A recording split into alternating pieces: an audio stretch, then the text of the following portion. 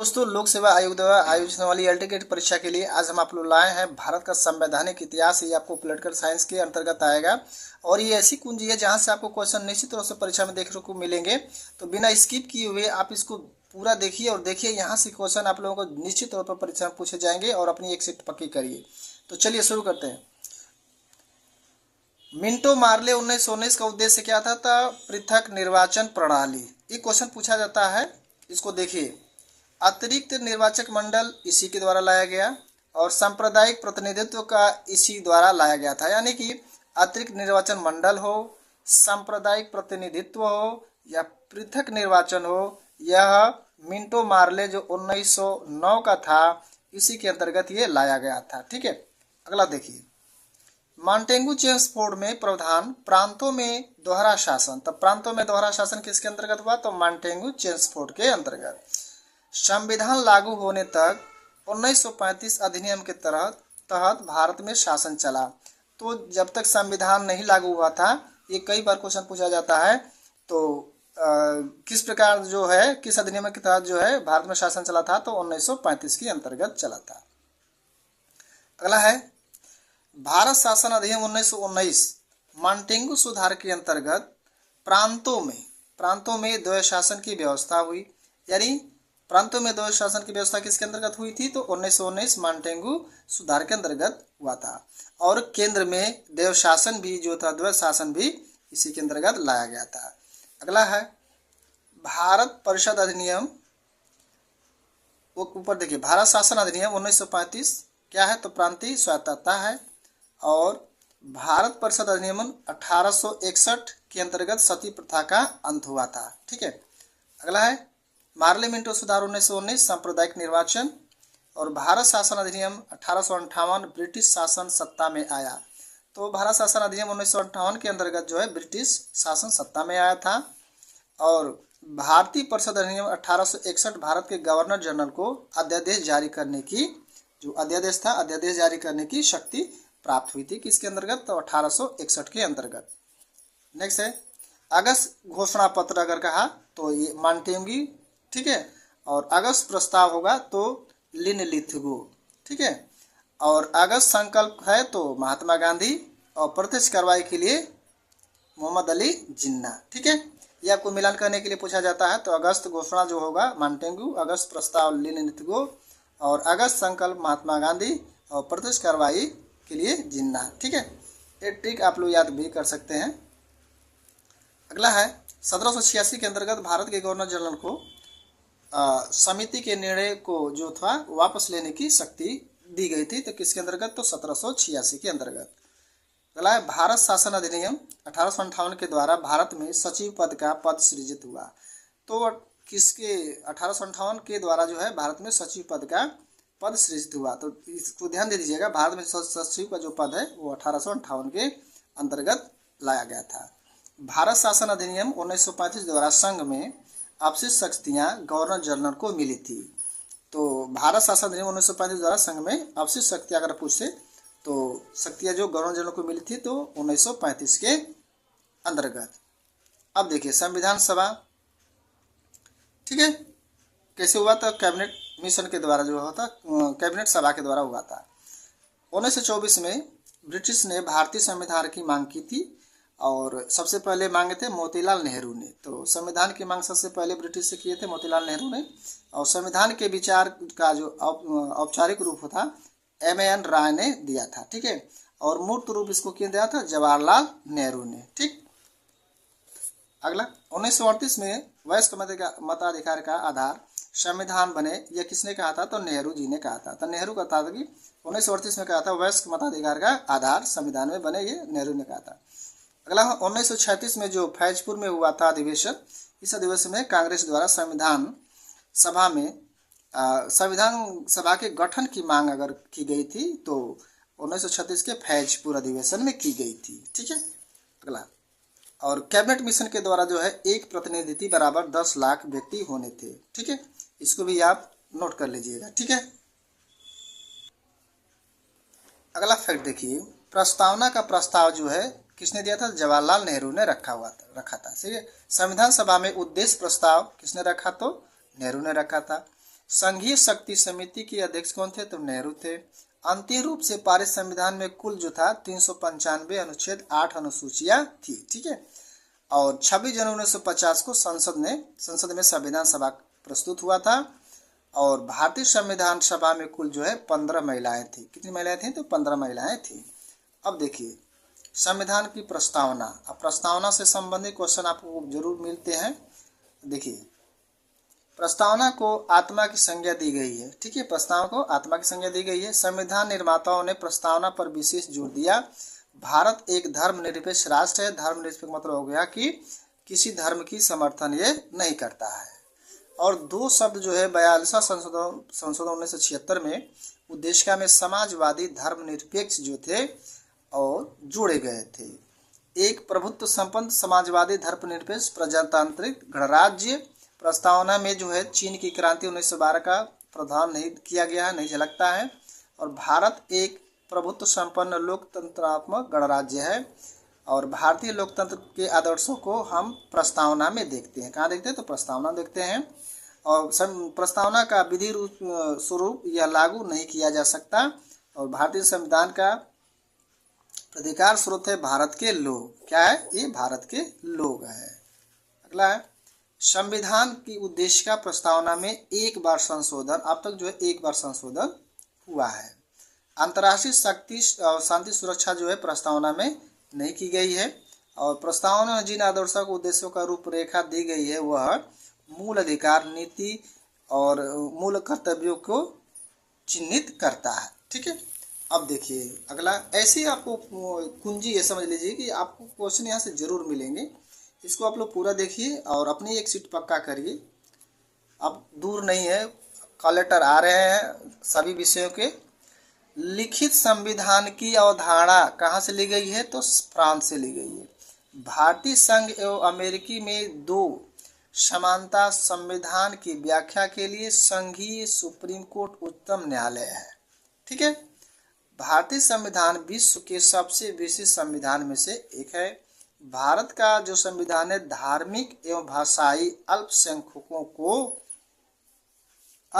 को मान्यता प्रदान करता है। कई बार क्वेश्चन पूछा गया, भारत का संविधान जो धार्मिक और भाषाई अल्पसंख्यकों को मान्यता प्रदान करता है। भारत में वैध संप्रभुता मंत्रिमंडल में निहित है। भारतीय राज्य व्यवस्था में सर्वोच्च संविधान है। और भारत में ब्रिटिश संसदात्मक प्रणाली व्यवस्था अपनाई गई है। नेक्स्ट फैक्ट देखिए, भारतीय संविधान के बृहद होने का, बड़ा होने का है इसमें संघ एवं राज्यों को दोनों की जो सरकारें, इसके कारण क्या है? ये संविधान का बृहद होना है। भारतीय संविधान में 3 सूचियां भारतीय संविधान में 3 सूचियां हैं। भारतीय संविधान का जनक कौन है? तो सुप्रीम कोर्ट है। ठीक है। अगला है परिसंघीय संविधान केंद्र और राज्यों के बीच शक्तियों का बंटवारा है। और वयस्क मताधिकार 18 वर्ष की गई। 350 से अधिक जो थी आर्टिकल थे उस समय। भारत एक संघात्मक प्रजातंत्र। भारत राज्यों को क्या है? यूनियन है। राज्यों का क्या है? यूनियन है। और भारतीय संविधान का स्वरूप संरचना में संघात्मक और भावना में क्या है? तो एकात्मक है। भारतीय संविधान सबसे अधिक प्रभाव भारत शासन अधिनियम 1935 का है। तो भारत शासन अधिनियम 1935 का सबसे अधिक इसका प्रावधान है। अब संविधान के स्रोत देख लीजिए। ठीक है, संविधान के स्रोत देखिए। इंग्लैंड से क्या क्या है? भारत की संसदीय प्रणाली। भारत में कलेक्टर का जो पद है इंग्लैंड से ही है। संसद की अवधारणा, विधि के समक्ष समता। और भारत में संसदीय प्रणाली जो व्यवस्था है वह इंग्लैंड की ही देन है, इंग्लैंड से लिया गया है। अब कनाडा से क्या लिया गया है? तो संघीय व्यवस्था, संघ और राज्यों में शक्तियों का बंटवारा है। और संविधान में संघवाद, अवशिष्ट शक्तियों का विचार और संघात्मक शासन व्यवस्था, केंद्र और राज्य संबंध, ये सब किससे लिया गया? तो कनाडा से लिया गया है। अब देखिए आयरलैंड या इसको आयरिश कहा जाता है। यहाँ से क्या लिया गया है? राज्य के नीति निर्देशक तत्व जो है यहीं से लिया गया है। राष्ट्रपति द्वारा राज्यसभा में जो 12 सदस्यों को मनोनीत किया जाता है वो आयरलैंड से लिया गया है। और नीति निर्देशक जो तत्व है वह भी आयरलैंड से लिया गया है।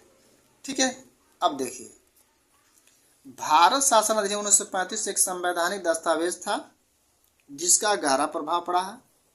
मौलिक अधिकार एवं न्यायिक समीक्षा अमेरिका के संविधान से है।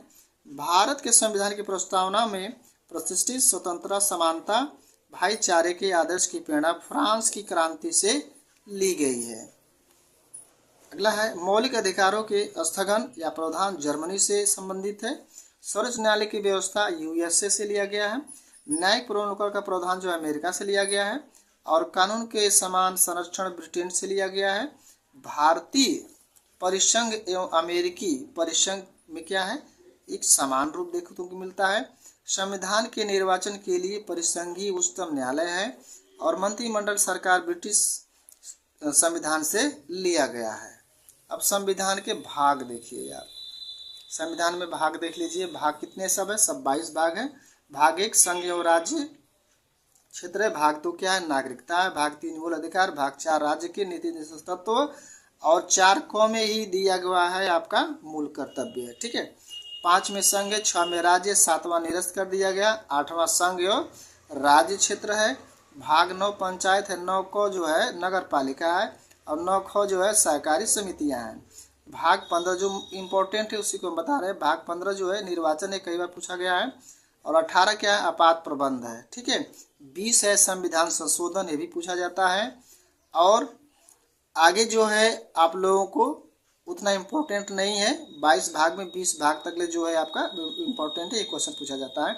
जनता को गारंटी मूल अधिकार भाग 3 में दिया गया है और नगर पालिका भाग 9(1) में दिया गया है। मूल कर्तव्य का विवरण 4 क में वर्णित है और संघीय कार्यपालिका की व्याख्या भाग 5 में दिया गया है। संविधान की अनुसूचियाँ देखिए, संविधान की अनुसूचियाँ में आप लोगों को 12 अनुसूचियाँ हैं और पहला में क्या है, तो पहला में राज्यों और जो है जो केंद्र शासित प्रदेश है उसका विवरण है। दूसरा में पदाधिकारी को वेतन है। तीसरा में है शपथ। चौथा में राज्यों में प्रतिनिधि भेजना और 5वां SC/ST के क्षेत्रों का उल्लेख है। 6वां में असम, मेघालय, मिजोरम, त्रिपुरा और ST क्षेत्रों का उल्लेख किया गया है। और 7वां केंद्र और राज्यों की बीच शक्तियों का बंटवारा, ये पूछा जाता है, कई बार आया हुआ है। और शपथ, ठीक है, और नंबर 1 जो है कई बार पूछे गए हैं क्वेश्चन। और 8वां में क्या है, 22 भाषाओं का उल्लेख है। 9वां संपत्ति का अधिकार ग्रहण न करना और 10वां जो है पूछा जाता है दल बदल से है। 11वां पंचायत से। 12वां शहरी क्षेत्रों का उल्लेख किया गया है। ठीक है, और जब संविधान बना था शुरू में संविधान सभा की प्रमुख समिति के समय जो 8 अनुसूचियाँ थी और मूल संविधान में कुल 8 अनुसूचियाँ ही थी। ठीक है, पहला संविधान संशोधन का हुआ था 1951 में जिसमें 9वीं अनुसूची जोड़ी गई थी और 92वां संविधान संशोधन जो है 1958 में 10वीं अनुसूची जोड़ी गई थी। और 73वें संविधान संशोधन कई बार पूछा गया, 1992 में हुई 11वीं अनुसूची, ये 11वीं अनुसूची जोड़ी गई थी। और 74वें संविधान संशोधन 1992 में हुई थी और ये 12वीं अनुसूची जोड़ी गई थी। ठीक है, 9वीं अनुसूची न्यायालय के चुनौती नहीं दी जा सकती, जो 9वीं है उसको न्यायालय को चुनौती नहीं दी जा सकती है। अखिल भारतीय सेवाएं जो 7वीं अनुसूची में है। राज्यों के नामों की जो सूची है राज्य ब्यौरा क्षेत्र पहली सूची में दिया गया है और चौथी सूची में राज्यों के परिसंघ सीटों का बंटवारा करती है। और नई सूचियाँ जो जोड़ी गई थी 9वीं, 10वीं, 11वीं और 12वीं जोड़ी गई है। 11वीं अनुसूची जो जोड़ी गई थी राज्य विधानमंडल एवं पंचायत की शक्तियों का बंटवारा करती है। ठीक है, अब देखिए आगे, अब है संविधान के अनुच्छेद। ठीक है, संविधान के अनुच्छेद देख लीजिए। भारत राज्यों का संघ, पहला अनुच्छेद। नागरिकता 5 से 11, मूल अधिकार 12 से 35 और कमजोर वर्गों के आरक्षण 16 में है। अस्पृश्यता कई बार पूछा गया है, इस 17 में है। और भाषण एवं अभिव्यक्ति की शक्ति किस में है, तो 19 में है। प्रेस की स्वतंत्रता पूछा जाता है 19A में है। ठीक है, और अल्पसंख्यकों के हितों का संरक्षण जो 29 में है। और SC नागरिकों की मौलिक अधिकारों को रक्षा कौन करता है, ये 32 में है। किसमें, 32 में। ठीक है, कल्याणकारी राज्य की अवधारणा 39-39 में है। ग्राम पंचायत का गठन 40 में और 42वें संविधान संशोधन द्वारा मौलिक कर्तव्य को जोड़ा गया था 51A में कर दिया गया है। ठीक है, और जो है इसकी जो चर्चा है 51A में की जाती है। अब यहाँ से देखिए, मंत्रीगण जो है सामूहिक रूप से लोकसभा के प्रति उत्तरदायी होंगे 75 के अंतर्गत, और व्यक्ति रूप से राष्ट्रपति के प्रति उत्तरदायी होते हैं। संसद की संयुक्त बैठक का प्रावधान किसमें है? तो 108 में किया गया है। धन विधेयक का प्रावधान किसमें है? तो 110 में है।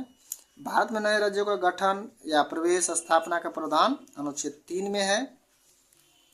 नैसर्गिक न्याय सुनवाई के अधिकार का प्रावधान अनुच्छेद 311 में है। किसमें? 311 में है।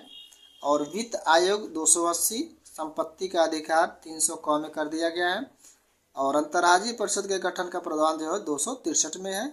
और सुप्रीम कोर्ट, हाई कोर्ट के न्यायिक पुनर्वलोकन का प्रावधान किसमें किया गया है? तो 32 में किया गया है। किसमें? 32 में। सुप्रीम कोर्ट अपने सुनाए गए निर्णयों पर पुनर्वलोकन किसके अंतर्गत करता है? तो 137 के अंतर्गत करता है। और राष्ट्रपति जो सुप्रीम कोर्ट से परामर्श 143, ठीक है, 143 के अंतर्गत। और राष्ट्रपति अध्यादेश जारी करता है 1, 2, 3, 123। और सुप्रीम कोर्ट पर महाभियोग चल सकता है किसके अंतर्गत? 124 के अंतर्गत चल सकता है। आपको ऐसे क्वेश्चन दिखा रहे हैं जहां से आप लोगों को निश्चित रूप से परीक्षा में देखने को मिलेगा। धार्मिक स्वतंत्रता 25 से 28 तक ले, नियंत्रक महालेखा परीक्षक 148 में है। धर्म, जाति, वंश, लिंग पर रोक लगाता है अनुच्छेद 15। और सभी नागरिकों के लिए समान न्याय का कानूनी जो है वो 39A में दिया गया है। समान नागरिक संहिता जो है अनुच्छेद 44 में है। संपूर्ण भारतवर्ष में आगमन अनुच्छेद 19 में है। SC ST के आरक्षण का प्रावधान किसमें है? तो 335 में है। पर्यावरण संरक्षण का प्रावधान 48A में है। समानता का अधिकार 14 से 18 तक ले है।